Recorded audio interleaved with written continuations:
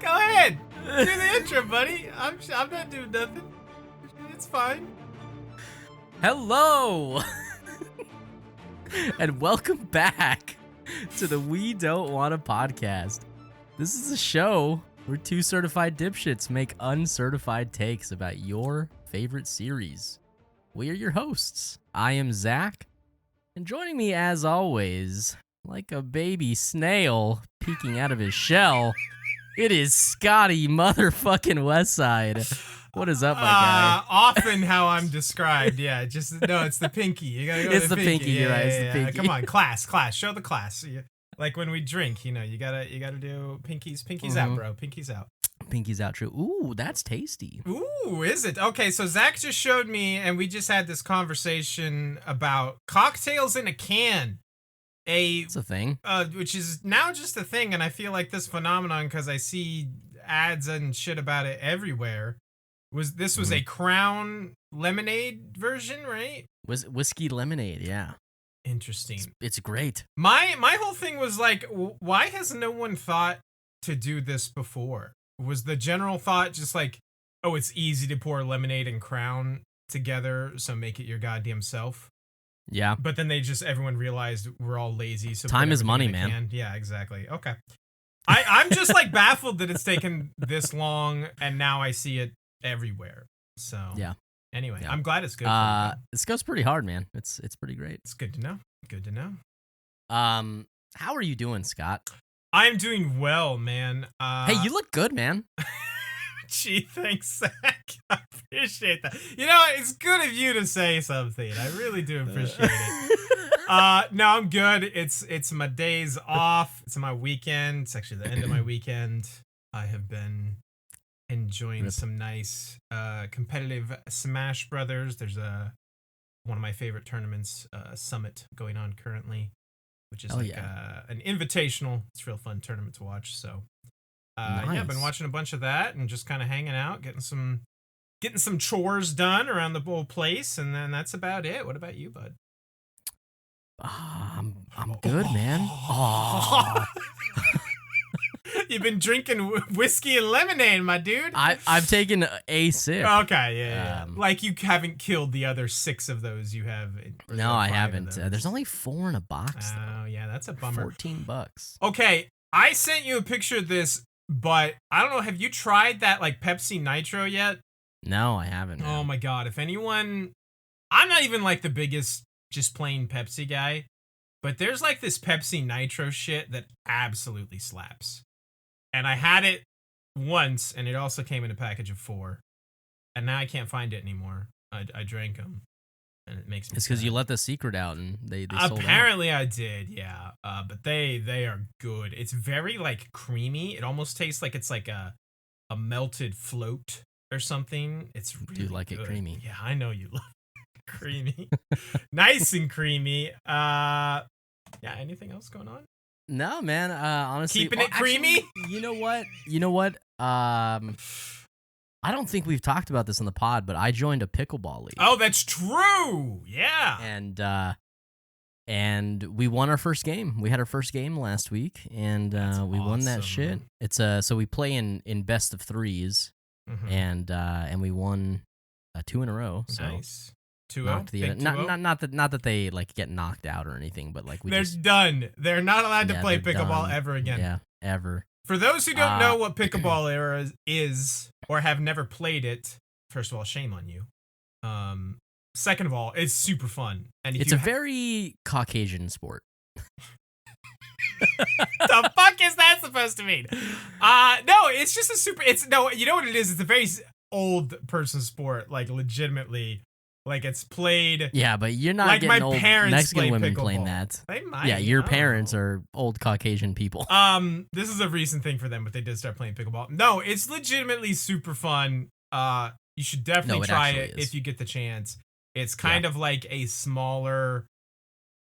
I want to say easier version of tennis. Probably. It's little tennis. It's mini tennis. Big ping pong. Yeah.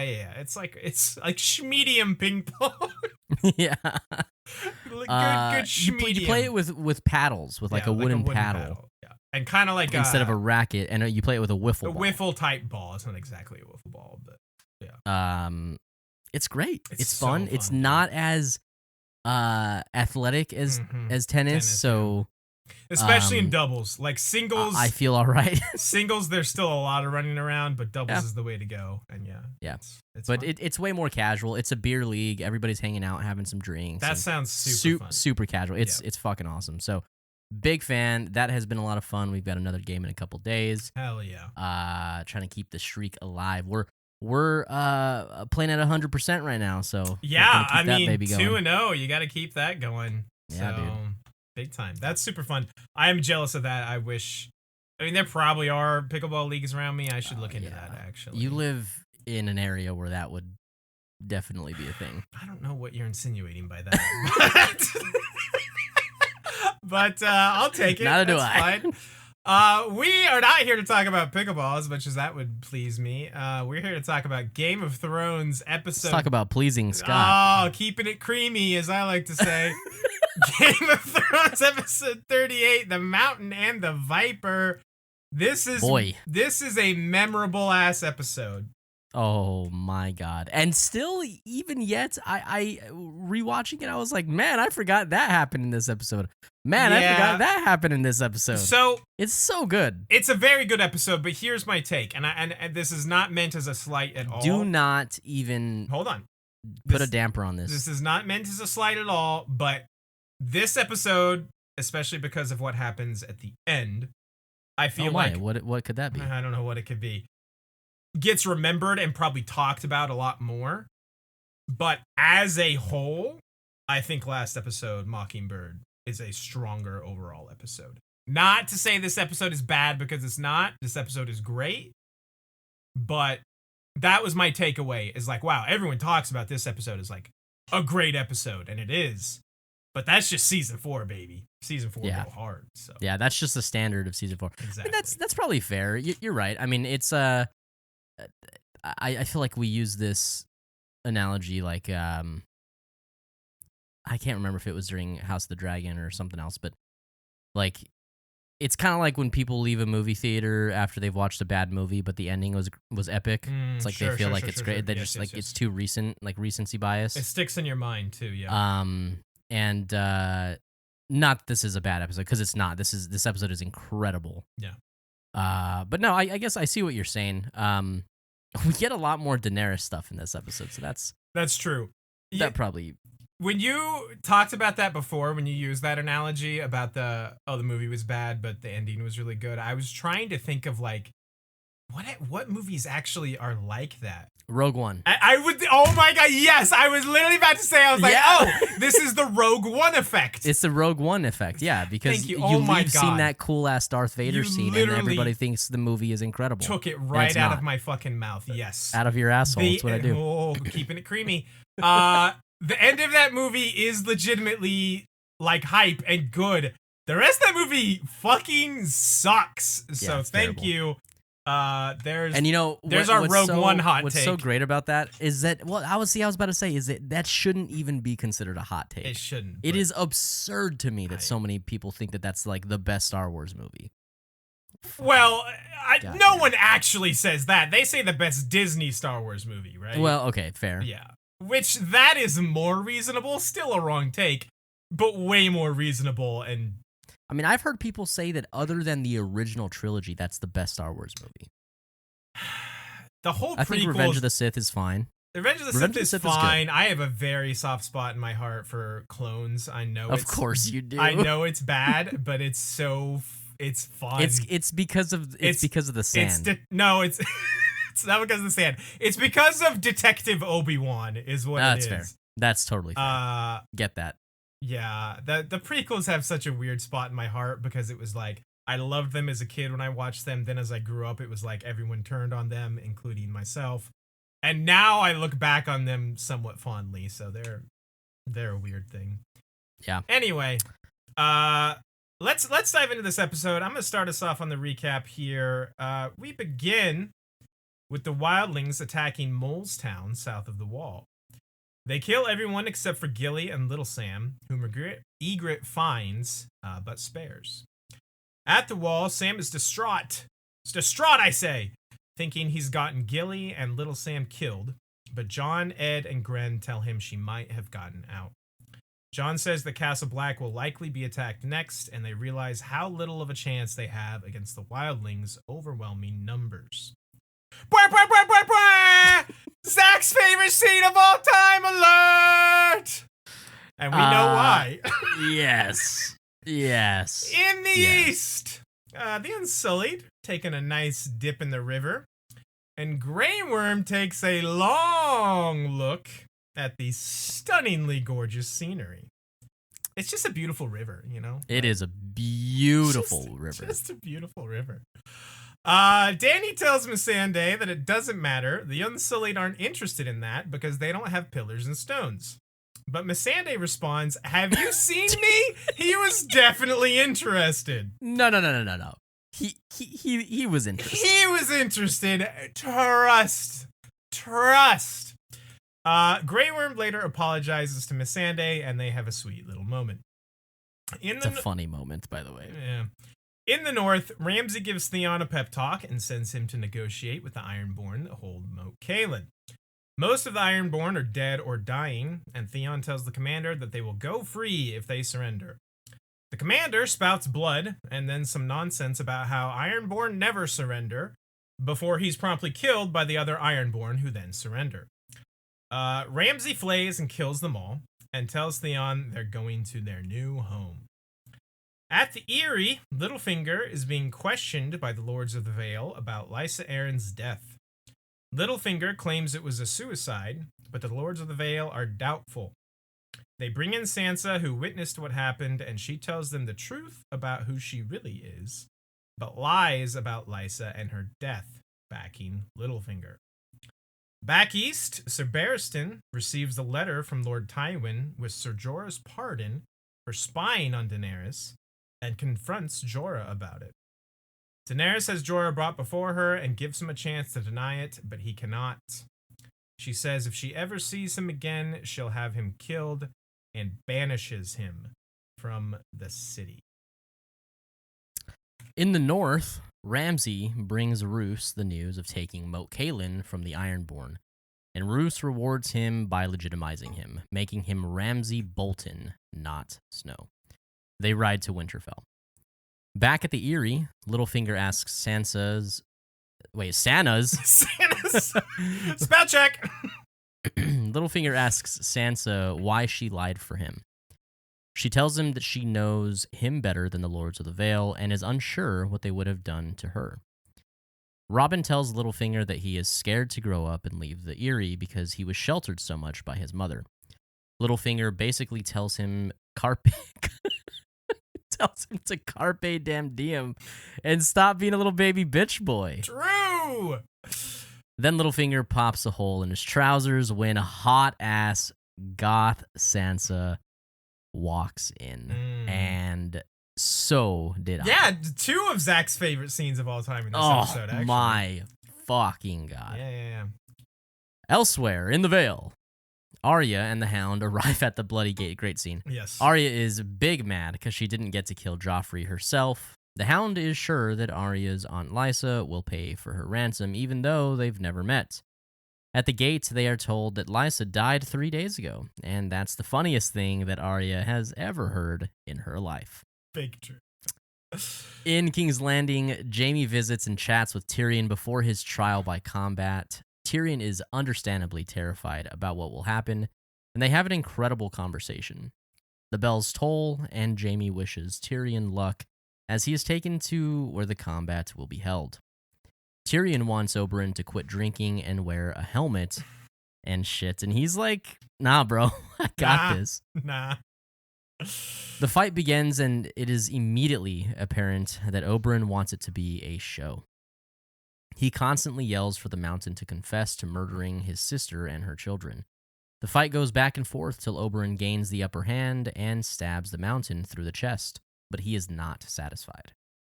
He wants the Mountain to confess and tell him that Tywin gave the order to do it.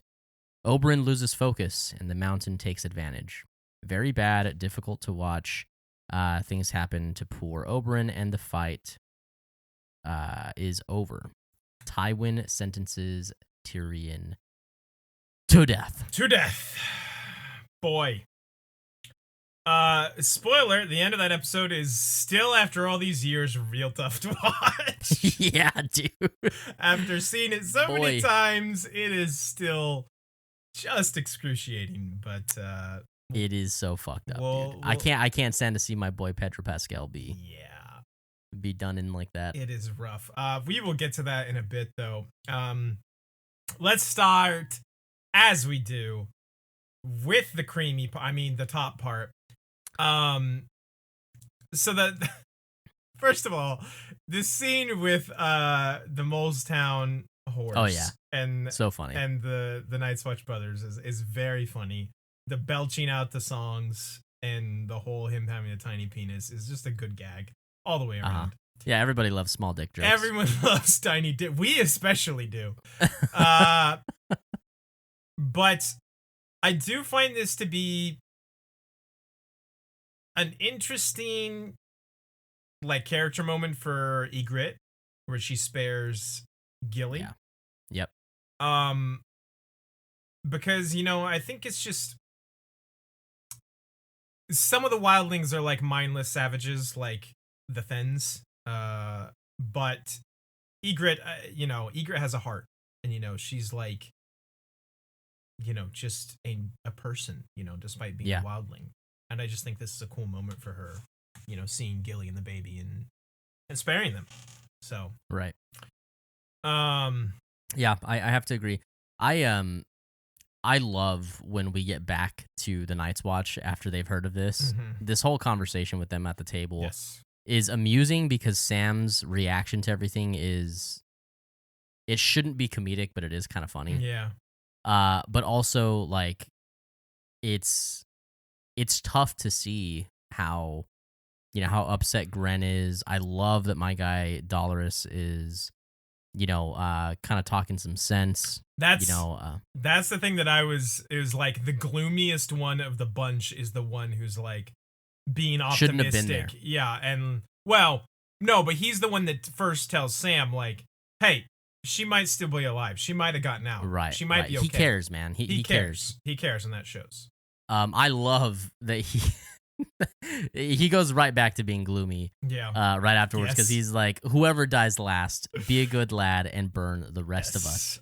Once I'm done with this world, I don't want to come back. Hell yeah, that's my guy. It is very good. Yes, that's my fucking guy. Love Ed to death. Yeah, you're right. All of their reactions here are very good and true to who they are. Gren, kind of being the hothead is like, we should go out and fight them. John, being the reasonable one is like, no, that's what they want. Ed, again, being gloomy, but also he has that cool moment where he tries to cheer up Sam, and Sam just being Sam. Such a gullible, soft idiot. Yeah, basically. Poor guy. It's good stuff. Good moments for all of our characters here. We're going to see a lot of them in the next episode. Oh my god. That's what we call a tease. But let's go to the east and Zach's favorite scene of all time. Zach, take us through what you do. I mean, keep it R-rated when you watch this scene, as our podcast is. I mean, I just spit on it. I let it rip. Why did I decide that was a good time to take a drink? No, I don't know. No, man. Look, it's Missandei is great. What's the actress's name? Do you even know? I follow her on Instagram. No, of course you do. I think it's Natalie Emanuel. Yes, if I'm not mistaken. Yes. Or Natalia Emanuel. No, I think it's Natalie Emanuel. She is very attractive. Oh yeah, she's beautiful. But also it's like Grey Worm's, like, just him halfway in the water, like crocodile eye viewing her. Yes, is so funny to me, dude. And he like just he thinks he's so slick. Yeah, like I was looking over here. It's like Yeah, okay, dude. It's so funny, dude. It is. What a pretty guy. funny. But What a again, guy. my favorite part of this whole thing is just Miss Sande being like, nah, he was interested. Yeah. Believe me, I could tell he was interested. And also when they talk to each other, Uh-huh. when Grey Worm and Missandei talk to each other, she's it's just this kind of weird bashful scene, I think, between the both of them. Yes. And then she's like, "Hey, I'm glad you looked at me," which I just think is such a funny piece of dialogue. Yeah. Yeah. Listen. It's like it's sincere. Yes. They're both people who are timid in a lot of ways. Like she's well spoken because that's always been her role, Right, but she's very timid and very like Mhm. reserved. And he is not well spoken Right. and has no clue how to act in any Right. situation. So it's a weird dynamic, and this actually got me thinking about something that you know how you know how we always talk about less is more. Sure. Yeah. Man, when you're dealing with people who cannot have a fully fleshed out dialogue, I hate that shit. I hate less is more. like I hate Wait. like So I I don't like understand. Grey Worm can't forming full sentences. Uh-huh. I hate it. Like it's just cringe to me. Oh. It's cringe to watch. That's a weird take to have. It is the. I understand that is real. That anybody who's ever learned a second language knows that. But I don't know. It's just like it's a hard sell. I feel like in acting. That's okay. I can kind of see what you're saying. The thing I always love, and this goes for like the Unsullied and even the Dothraki before, but like it always cracks me up when they call him Jorah the Andal. Because he's not an Andal. Like, he's from the north, so they would be of the blood of the First Men. He would be of the First Men, yeah. And that's just always very funny to me how they always call him Jorah the Andal. Why don't we give our listeners a little history lesson? Oh, sure. So, I mean, not to go too much into detail with it, but the Andals, the First Men were the original inhabitants. Well, I suppose the Children of the Forest would have been. They were the original migrants. Yes, into to Westeros. That warred They with, crossed and then the Stepstones, eventually came to a peace with the Children of the Forest. And then the Andals came across where it was Dorne used to be connected to the east, and warred with the First Men and the Children of the Forest, if I'm recalling my history, my Game of Thrones history correctly.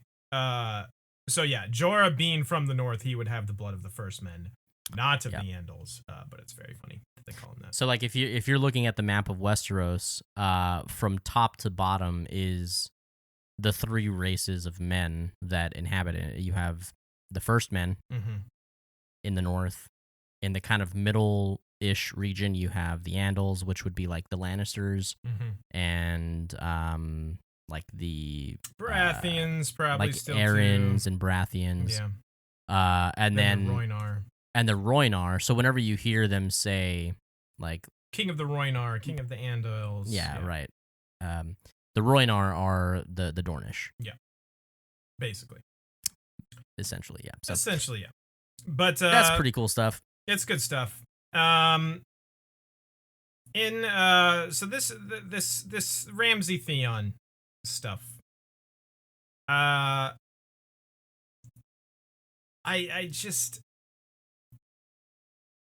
don't even really know what to say about it because I don't have anything against this scene in particular. Yeah. I know what I want to say about it. Okay, I wish I cared about it more. That's the same.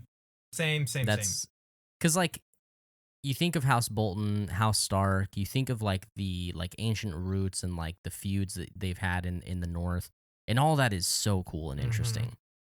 And honestly, dude, even like the scene when Roose is on the hill with Ramsay, I think is badass. Yeah. I love that there's like no sound other than like the wind flapping, like it or like beating the camera up there like on the hill, and he's like 600 miles that way, 400 miles that way, 300 miles that way. This is the north, like bigger than all the other kingdoms combined, and it's mine. I love that. I think, and I agree with you, and I think that's because it's Roose. I just like Roose way more as a character. Yeah. Than either Ramsay or Theon. And they're not bad characters. There's nothing wrong with the performance of either of them. To me, they're just not as interesting. And again, so I have nothing against this scene. Like, obviously, Moat Cailin being basically, you know, the key to the north. Them taking this is very important, driving the Ironborn out. But yeah, it's fine. It's whatever.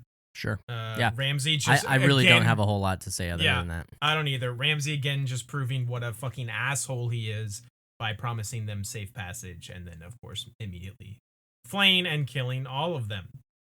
Because that's what Ramsay do. Yeah, dude's a psychopath. Yes. Shall we go to the Vale? The Eyrie. Yes. Okay. This is where, in my opinion, this is where this episode really like kicks up. Sure. I really like this stuff in the Vale. Yeah, that's good. And I like it more and more each time I watch. And this time in particular, I was so much more impressed by Sophie Turner's performance throughout all of this, because we always see her intending to act as this naive, like ignorant child, you know, and now we get to see her act like she's kind of got her wits about her, you know. Sure. And I love it, and I think it's good, and the reason that I like it is that you get to see the dynamic range for her, like her scene where she's crying in front of like the three of them is fantastic. It's good. It's very good. It's very good. I love it. You're not impressed with my boy Baelish's performance? We're not going to talk about it. Dude, the close up on his face while he's talking to them, I'm like, my skin is crawling right now, bro. My toenails are peeling back. I adore it so much. The beauty of the Vale is matched only by the nobility of its lord. Just like, no. Why do you talk like that? Why? No, that's like the most kiss ass like bullshit line I've ever heard in my life. Who is gonna believe anything you're saying? But I absolutely adore it. But no, to be serious, you are correct. Sophie Turner's performance in this is really good. I think her and Littlefinger's conversation later, where basically she tells him like, you know, the devil you know is better than the devil you don't, more or less. That I would like to point out kind of something here. A while back, and I don't think I shared this because it was kind of spoiler territory for people who are following along with the show, but a while back we had a listener message us and we were talking about a couple things, and one of the things that and I'm sorry if you're listening, I can't remember who it was, he or she brought up was how they feel that maybe like Sansa's turn to being like more of a badass and more controlled kind of happened a little bit sudden. And I would like to take a second to kind of just like point out that I feel like this is the first time we see it get displayed, but it's through a lot of trial and error, because she has tried lying. She has tried doing these things and been called out on it every time, especially by Baelish since she's been with him. And this is the first time that it was like a complete sell where she did it really effectively, and she got to do it to people who didn't know her and didn't know any better, you know? So yeah, that's true. I don't know. I personally feel like her progression and growth into being somebody who's way more controlled is I feel like it's pretty flushed out. This was a really good performance, so maybe it like came out a little strong there, but like her character has had a lot of trial and error in these matters. She's been trying to fake it with the Queen. She's been trying to fake it with Joffrey. She's been getting schooled by anybody who will give her the time of day, Tyrion and Littlefinger, and honestly, even Cersei. Sure. And much like Arya takes in the people that influence her, she's doing the same thing, but it's more of the scheming side, yes, rather than the physicality of it. And let's also be real. Cersei and Littlefinger are way more clever and going to be more tuned in to those type of things than these Vale Lords are. Also, right? Sure. So like, and they know her, so that helps them. Yes. Again, like you've said, she's tried to do these things before. But they know her. They're going to call her on that bullshit immediately. The other thing I'd like to point out, cool, like, call-out Easter egg for those who are paying attention. The main Vale Lord here, dude, Bronze Yon Royce, is the father of Sir Waymar Royce. Waymar Royce is one of the Night's Watch dudes that died in the very first scene of the show. He's the shitty one. He's the very arrogant. That treats, yes. The Lord. The one that looks like Wesley from Princess Bride. I've never seen that, but yeah, I know you're the worst. We all know. But yeah, cool little Easter egg there. That is his dad. So shouts to my dude Waymar Royce, who shouts to Daddy Royce. Is he the first? Yeah, the very first death in the entire series. Yeah, for sure. So yeah. Anyway. Anything else you want to say about? Oh, I guess we can just talk about it here. When she comes in, she's looking real hot. I mean, she looks insane, dude. Yeah. This is so. I remember. This was Little Zach's awakening. I'm kidding. I know you were older than that. Yeah. No. I can remember when Amanda and I watched this for the first time. Mm-hmm. She came out and Amanda was like, "Ooh, hell yeah." Yeah, dude. Because she just looks so fucking hot, man. It's just good. Black hair, all black gown. She be sewing. Like, how long was she working on that gown? Like, yeah, that takes a long time. She do be sewing. Good for her. It helps. It's good to have hobbies, I hear. So then we got. We'll hit back east here. The Jorah stuff. Yeah, I like this stuff quite a bit. Yes, I agree. So this is, again, Lord Tywin. We saw the start of this a couple episodes ago. Again, just playing the game like a complete master, as one does. And it's funny because Jorah even calls it out in, like, the throne room scene where he's like, who do you think sent this? Who benefits from this? Tywin Lannister. Yeah. But at the same time, that doesn't even matter because it's still true. It is still true. Absolutely. So it doesn't matter if they realize and understand that Lord Tywin is intentionally trying to drive a wedge there. It's true. It happened. I struggle so much with this because, like, I feel like anytime I hear like two parties, like, maybe arguing or something, and I have like a full understanding of something about it, and it's not explained properly, I always want to like I even do this with like in work. You know what I mean? Like sure. Like a new program will roll out to the team, and people are having all these questions about it, and I'll understand it or something like that, and then I'm like, you want to chime in? I want to chime in. Yeah. I'm like, dude, just like, you should get it, And I know that exact feeling. I fucking hate it. But I never do because I'm just like, I just shut your mouth. It'll move on. It'll go faster if you just shut up. And this is one of those scenes where I'm like, I feel like had it been approached in the right way, there could have been I don't know. I mean, obviously times are different, and I'm not in the mind of Daenerys, but like, it's like Jorah didn't know them. Jorah. Sure. He's only dreamt of getting to go back home. He didn't know them, and somewhere along the way, he grew to truly care. Correct. And truly like try and advise and really help, and that doesn't like his disloyalty in the beginning of the relationship doesn't mean that his loyalty during the relationship wasn't true. Right. And I feel like they could have done a better job of drawing that out in this scene, because in the books, basically, like, she acknowledges that, because I think he says something along those lines. It's more, I think she's even more angry about the fact that he had plenty of opportunity to like come clean, basically, and like tell her these things and admit to these things, and she probably would have been, you know, not okay with it, but like more understanding and more forgiving if he had just That's fair. come clean with it and said, hey, I did these things, but that was before I knew you. I haven't done it since. I saved your life because I did come to know you and I appreciate you and blah, blah, blah.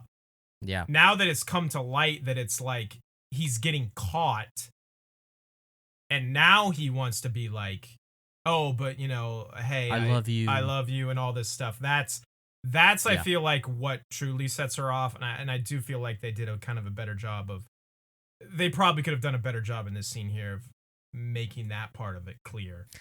But, you want to know something crazy though? I know you obviously will get this, Scott, but hopefully listeners and or watchers, anybody that's seen How I Met Your Mother, dude, Daenerys has the crazy eyes, bro, in this scene. From that show, I really hope you guys can all recall from that How I Met Your Mother episode with the crazy eyes, because it is like terrifying. Yeah, it's so funny. I mean, she is a little cray. But yeah, I mean, again, I think this is a good scene still, even though they probably could have drawn that out. And we didn't even call out. I love the Barristan Jorah. Yes. Interaction. That's what I was gonna say. That's probably my favorite part of this. Hell is yeah, how dude. Barristan is like, I wanted to bring it to you first, man to man, not just go behind your back. And I think that again just speaks to who Sir Barristan is. And it's such a dagger too, because he's like, "Have you told her?" Yes. And he's like, "No, I wanted to bring it to you, man. Man to man." And he's like, "Let me speak to her alone." He emphasizes he emphasizes the not going behind your back, right back at you. Yeah. And then he's like, "Hey, let me speak to her alone." And immediately Barristan is like, "You will never be alone with her again." And it's just like, Jorah, it's you're like in trouble, the bud. respect here for Barristan. Because, like, you know, we've seen Jorah kind of, like, step to people, but it's like, nah, dude. Like, you're not going to step to Barristan. You're not going to step to Selmy. It's Barristan goddamn Selmy. Yeah. You're fucked. So, it's a cool fucking scene. I love it. It's a good scene. Jorah being banished. She's not playing around. Yeah. What does she say? Something about, like, if I see you again, I'll have your head thrown into Slaver's Bay. She is not having it, so. Yeah.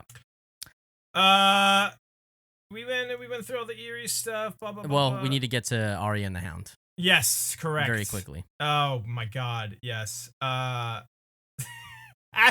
mean, we should. This goes without saying. We shouldn't even have to say it, but this scene between Arya and the Hound is, of course, great. Yeah, always. I love how she's just pissed off that she didn't get to kill Joffrey. Yeah. that's so perfectly Arya, and I love how the Hound even calls her on it. She's like, I thought I would be happy, and the Hound's like, nothing makes you fucking happy. And she's like, that's not true. Killing Polliver made me happy. Killing Roish made me happy. And I'm like, there should be alarm bells for me going off, but Arya's just too cool. I don't even care. Mm-hmm. And then they have this whole philosophical discussion about the Hound's like, real men kill with steel. And she's like, I don't give a fuck how I kill someone. I'd kill him with a chicken bone if I have to. It's so good. I wasn't the damn wine taster. These two are just the best. They are such a joy. They just make me smile. Like when I'm watching them and when we're talking about these scenes, I can't help but smile because they're so much fun together. And I'm gonna be real sad here because this is no spoilers, but this is one of the last scenes we're gonna get with them in for wow, way to just fucking drop that bomb. Listen, this finale's coming up. Things happen in the finale. Yeah. So they show up at the Vale. Yes. And the news break here is just so comical. God, and what I even love more than Arya's laugh is just the long pause. The Hound's face, just just both of their faces, dude. It's so funny, dude. Like It's so good. Even after she starts cracking, he doesn't even like look at her. He's just kind of like staring straight ahead. There's just like this dead look in his eyes because he's just like, what the fuck did I do all this for? But he's not like, he doesn't go full crestfallen. It's like he's just nothing. It's just nothing face. And it's so fucking You know what funny. I want? I want a spin-off fanfic. This probably exists. Probably. If anybody out there knows, send it my way. I want a spin-off fanfic where in the same format that we have Tales of Dunk and Egg, we get the tales of Sandor and Arya. Yeah, 100%. 100%. God, it would be so fun. That is the purest laugh I've ever heard in my life. By the way. Yeah, like, just, I love how it's so much better by the fact that like they just had this conversation about the Hound saying nothing makes her happy, and then she is just like, she finds this so funny. It's like the happiest we've ever heard Arya laugh. Yes, dude. It's amazing. All right, man. Yeah. This is let's crack this open. Let's get to it. So we're going to King's Landing, and boy, is there a lot to talk about here. Yeah. What do you want to start with? I mean, we have to talk about Jaime and Tyrion's Okay. chat, and we have to. And are we gonna preface? Is this going in the list? This is going in the list. I will say, after watching it again, Did you like it a little less this time? No. Okay. I was only gonna say I thought this was my favorite Tyrion dungeon conversation, but on this rewatch, I think I have to give it to the Oberyn. Oh one. yeah. Not to again, I say feel like I'm not to discredit this scene at all, because this scene is fantastic, and like I've said every single fucking time we've had one this season, we fucking should have gotten more Jaime and Tyrion scenes, because my God, they're so good together. Yes. Take us through this, Zachy. Yeah, so this whole conversation is essentially it's a goodbye without saying a goodbye. And also there's a part of it where I feel like Jaime is like, I need to calm his nerves a little bit. You know, like there's he's going through a lot. You know, like I need to go keep him company. Yes, for sure. And that's something that stood out to me a lot, is Jaime does not actually say a lot here in this scene. It is more of just he's there. He's there. He's just there. He's just is present, and is like, it's just like this kind of comforting as much as he can kind of aura for Tyrion, as he's listening. And sometimes that's all you need. When you're in a distressed like position like that. Yes. That just having somebody who is there. He is being a good listener, and props to Jaime for reading that situation and just kind of listening along to Tyrion's story, and it's just it's so good. Oh my God, dude, it's heart-wrenching, really. It is. Like just like him getting so wrapped up in this beetle story is like the ultimate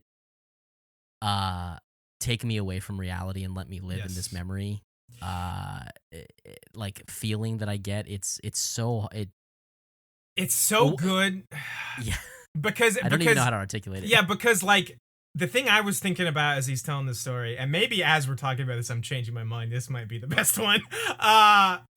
It starts as a hey, let's remember better times, like being young kids at Casterly Rock, you know, a carefree, you know, happier time in our lives. But then as it goes on, it moves into this, Tyrion is grasping at, you know, it's this thing that it correlates to his current situation, where he's grasping at like, what is the meaning behind this? Like, you know, he is obviously, you know, putting himself in the shoes of the beetle in this situation, where he's like, what did it all mean? Like, what was the point of all this? What was, you know, and also the way that it's all shot too, man. Yes. The dungeon, by the way, we've said this a couple times, but the dungeon makes for some incredible lighting. Yeah. Let me just it really the lighting in that dungeon is so dramatic and so good. They but, built like, that dungeon for filming scenes in mind. Yes. But like Tyrion in his monologue, when he picks up the beetle and finishing the monologue, like what is it all for? Yeah. And then he releases the beetle. I think that's my favorite scene in the part of this whole scene is him putting the beetle down, dude. And it's so simple. It's just like it is. Yeah, no, but like, God. dude, you talk about so like in songwriting, Jesus Christ, there's a term and I can't actually remember the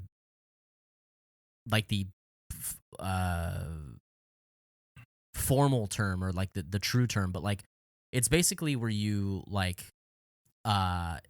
when a thing that you do with the music matches the lyric. So like an example of this would be like if you use the lyric like stop and then like your music stops also. That would be an example of that. This is such a good visual of his situation, and it's just painted so well, man. Like it's so simple and so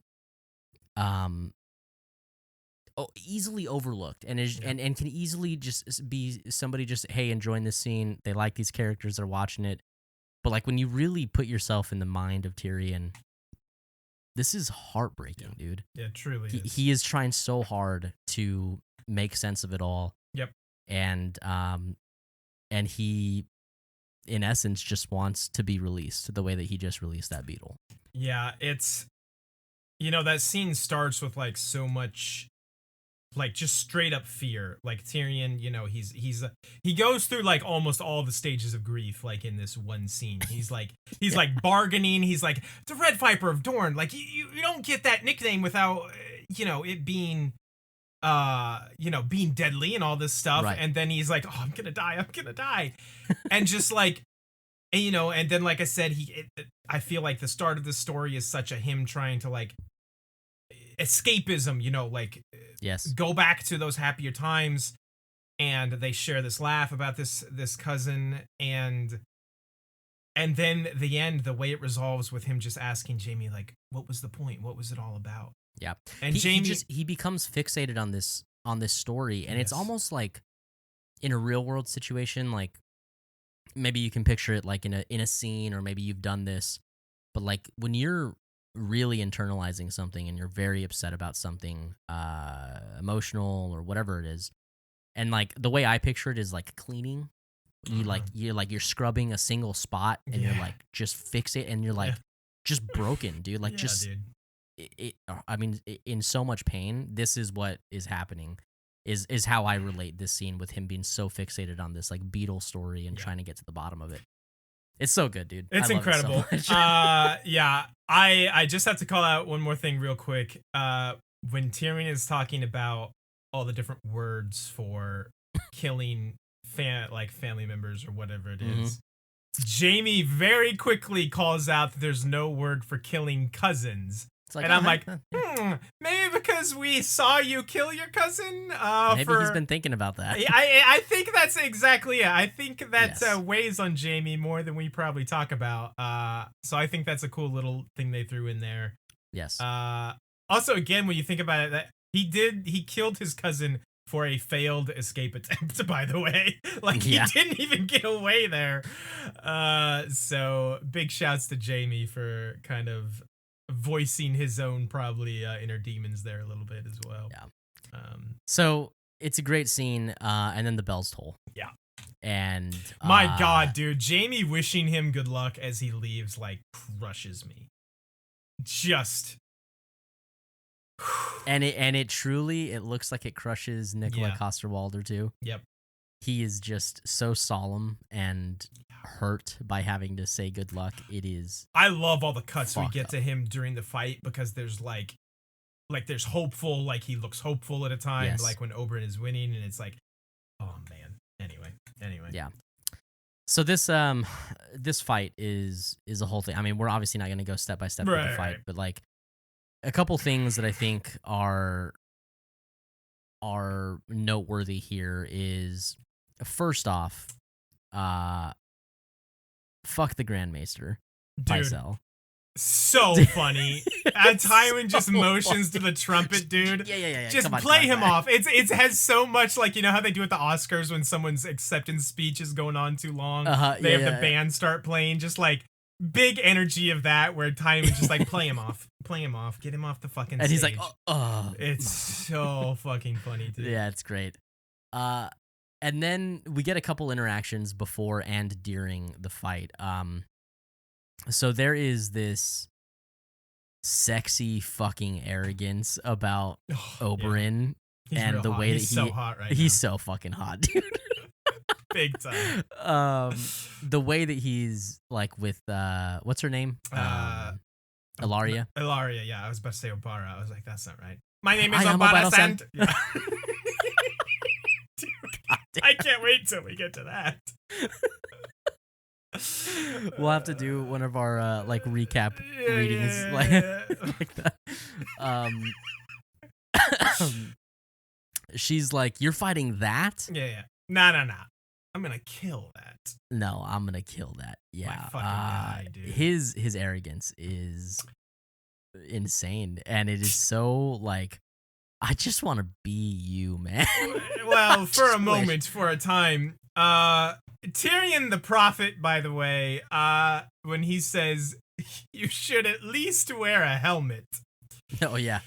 Boy, if only Oberyn had listened to, like, you can drink, you can like to move around, all that's fine, but maybe you should have taken that advice to heart. Yeah. That You know, here's the crazy thing here is, I feel like, man, I don't know how many times I've rewatched this. But we've had conversations at length of who we think are some of the best fighters in Westeros. Mm-hmm. And dude, Oberyn is completely just working the fuck out of the mountain. Oberyn smokes him. Like smokes him. I had this, and has so many opportunities. I had the same thought as I was rewatching this. I was like, maybe we overrate the mountain. Like, he kind of suck. Against somebody like Oberyn, yes. Yeah, dude. I mean, he is just a freak of nature. Like, yes. Bronn sums it up perfectly. He's like freakishly big, freakishly strong, quicker than you'd think. But he has no, like, sword talent. Like, you think back to the first season, like, our boy the Hound, Sandor, was handling him. Yeah. And, like, I feel like relatively easily. So maybe we overrate the mountain a little bit. I think we do. Yeah. And I distinctly remember this one conversation that we had. So a little inside baseball here for you guys. Scott and myself and our dear friend Chaz, who actually, quick plug, will be on again at the end of the season. We created this like draft. Mm-hmm. This like lottery draft for best fighters, best rulers, best strategic minds in the Game of Thrones universe. In the Game of Thrones. Nice pause, buddy. Yeah, pause for dramatic effect. I thought I was gonna like throw up or something. That'd have been hot. Yeah. Yeah.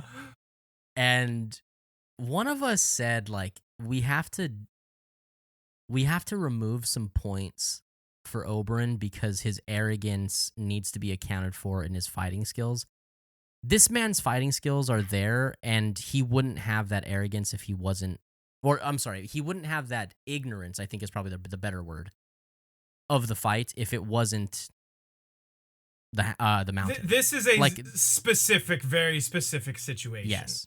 His fighting skills are immense. This is less of a fight for him and more of like a public display. He's putting Tywin publicly on display. Yes. Or on blast, I should say. Like that is entirely his objective. Like fighting the mountain is secondary to what he really wants here. Yes. He wants to put Tywin on blast, and he is toying with the mountain for like most of it. Yes. The mountain gets a few opportunities here and there, but it is truly he can't because capitalize. Yeah, the Viper is toying with him. Yes. So yeah, big. Definitely, I 100% agree with what you're Oberyn saying. needs to be higher on that list. We need to revisit that. Maybe we revisit that on the podcast at some point because it's fun. Second, wasn't he? Isn't that where we landed? I Behind don't Barristan? think. No. We had Sir Arthur Dayne. No, because we had people in their prime, and we had like I think Bobby B was above him. No. I'm pretty sure it was Sir Arthur Dayne, Barristan, and Oberyn, right? Jamie, and then maybe Oberyn. Jamie. That might be right. Anyway, I really actually thought that Bobby B was above him also, but I could be wrong. I don't think so. Okay, either way, maybe we will have to. We'll have to rehash this. Yeah, that'll be fun. So yeah, I mean, obviously, guys, we know how this ends. He is standing over a defeated mountain, and he could have been easily finished. And he lets his pride get the best of him, and he is tripped. He has to give Flash's babe a smile and be like, "Hey, look at me, girl." And he is tripped, and the mountain literally grabs his head and crushes his entire skull. Which is the worst part? Is it the teeth clattering on the floor? Is it the sound? I think it's the eyes. Is it the eyes? Is the worst part, or just the aftermath of? They show it like 3 or 4 times though, just like the ruin that used to be his face, and that is bad. But you're right, it's the eyes. The eyes is the worst. It's the eyes is the worst. You know what's funny is, I can remember very distinctly the night watching this for the first time. I watched it with my boy Floyd. Shouts to Floyd out there. And I had read the books at this time, obviously. So I knew how this fight ended. But Oberyn was such a cool character, and I was in like such like mental denial that as we're watching this scene, like as Oberyn is just like killing it and like taunting him and doing his whole Indigo Montoya routine, like, you know, you killed my father, prepare to die. I'm like sitting there trying to like, I'm doing my own bargaining in my head of like, maybe they'll change it. Maybe he does win. Maybe he'll win. Because that's how good Pedro Pascal's portrayal of Oberyn was, and just like how much I wanted him to win.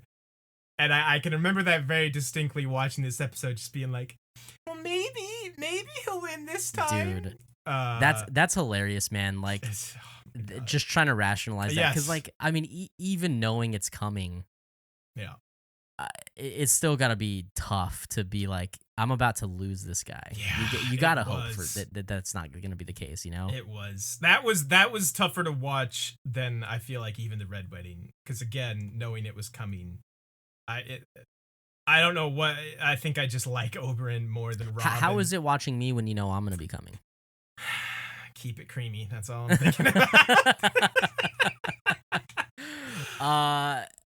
The last thing here really is just how unbelievable Pedro Pascal's performance is. Yeah. You said his portrayal is great, which is kind of in the same vein, but like, just even during this fight, his I mean, I'm sure it's a stunt double, but like, still the scenes where it is on his face and he is moving around, him being so active and being able to remain so in this kind of just arrogant, charismatic, charismatic. Yeah. He is insane, dude. Pedro Pascal is on another level. The dude just oozes charisma, like very few people do. He does ooze. Yeah. Well, that his head oozes. Oh yeah, definitely. Wow. I love all the shots to like Jaime and Tyrion throughout the fight. Like especially gotta call it big props to Peter Dinklage's reaction. Like once the fight is over, he is just like, his mouth is just hanging open. He is just in pure shock, and I feel like he sold that very well. So props to him as well. Boy, yeah. R.I.P. my guy Oberyn, pour one out. Yeah, dude. So wow. Let's move into Who Be Thronin', man. Let's move into it. What an episode. Last I feel like this is gonna change. When we last left off, our boy Sir Oberyn was atop of the world and atop of the list. I forgot we did the sepia tone. The sepia tone for Sir Pounce. That's so good. In memoriam of Sir Pounce over here. We might need to do that for Oberyn as well. Zach's lights just went out. Oberyn Martell was at number 1 on the list. Tyrion at 2. The Hound, Sir Sandor, Clegane at 3. Littlefinger, Peter Baelish at 4, and Arya at 5. So Tyrion and Tyrion might stay, even though big losing. He might stay just for his performance. Yeah. I mean, I could see that. Oberyn has to come off, right? I mean, he is still real awesome. Does he, though? Actually, though, we'll keep him up there for now. Does he? I don't know. That honestly, it could be the same 5. It really could. I think Sansa's got to have her time on this list. Sansa needs to come on. So who in your... Okay, let me pull Sansa up. Who else would Arya be... doesn't make the list, man. Who else would be a possibility in your mind? Okay. Everybody that's up there right now. Well, right. Aside from them. Sansa. What about Ramsay? He gets legitimized. Honestly, Ramsay or Roose, both of them, I think. I could see an argument for both of them. Maybe Barristan. Oh, Missandei. Definitely Missandei. I'm not joking, by the way. Well, I am. So not Missandei. Roose, where is it? Do I have Ramsay? Probably not. Why would you have him? Yeah, that's a good point. I may have Mopman prophecies on here somewhere. let's just run with Roose. I like Roose more anyway. Okay, I feel like Ramsay won more, but I'm here for it. I love how we have used that excuse of like, oh, I'd have to go and find a picture to like keep people off the list many times now, and I'm totally fine with that. Our laziness. Yeah, I mean Ramsay just sucks though. Anyone in the north else? No one at the wall. Dolorous. Ygritte? For opening a thing and looking at... Yeah, right. And walking away? No.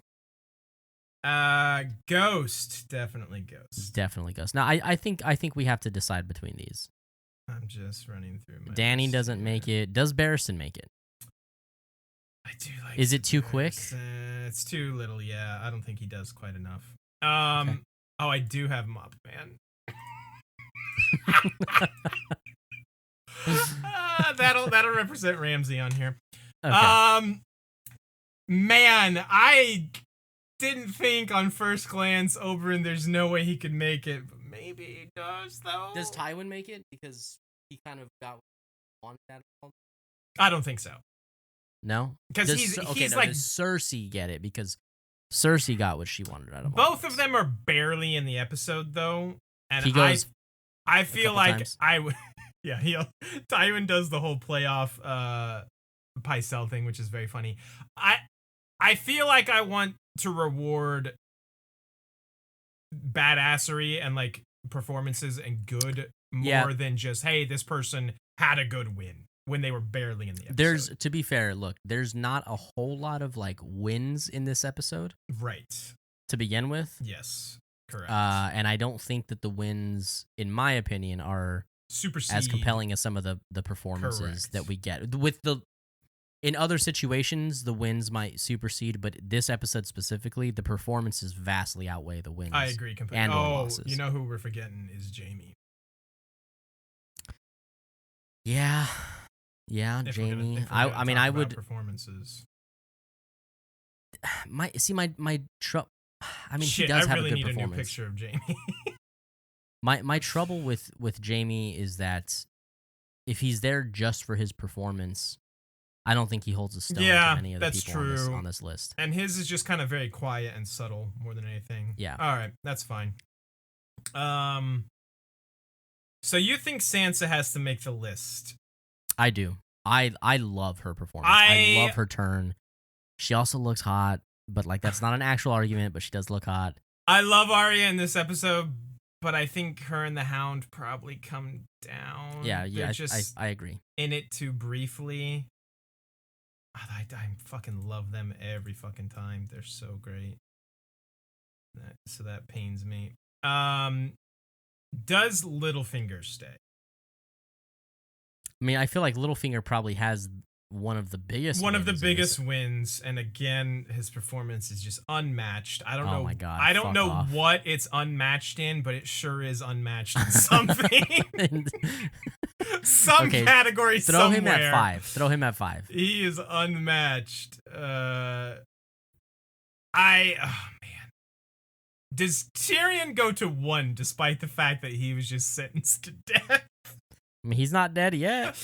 True! He's not dead yet! Or do you think Oberyn stays at 1? I feel like Oberyn goes to our honorary number 2 spot.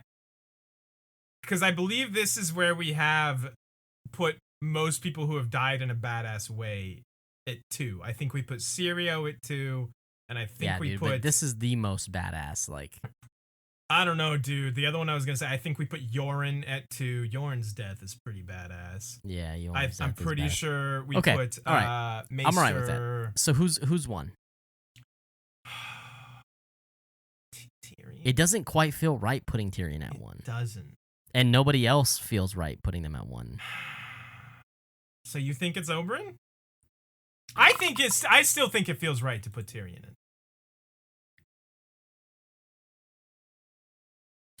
Maybe it's Baelish. Dude, I was just thinking how dumb that would be because we're like, he's at 5. He's for sure. But what you said put him in 5. I thought that was a little ridiculous, but... Or is it? It's not Roose, surely. That doesn't feel right either. Okay. I think it's one of Oberyn, Tyrion, or Littlefinger. It's Tyrion, Oberyn,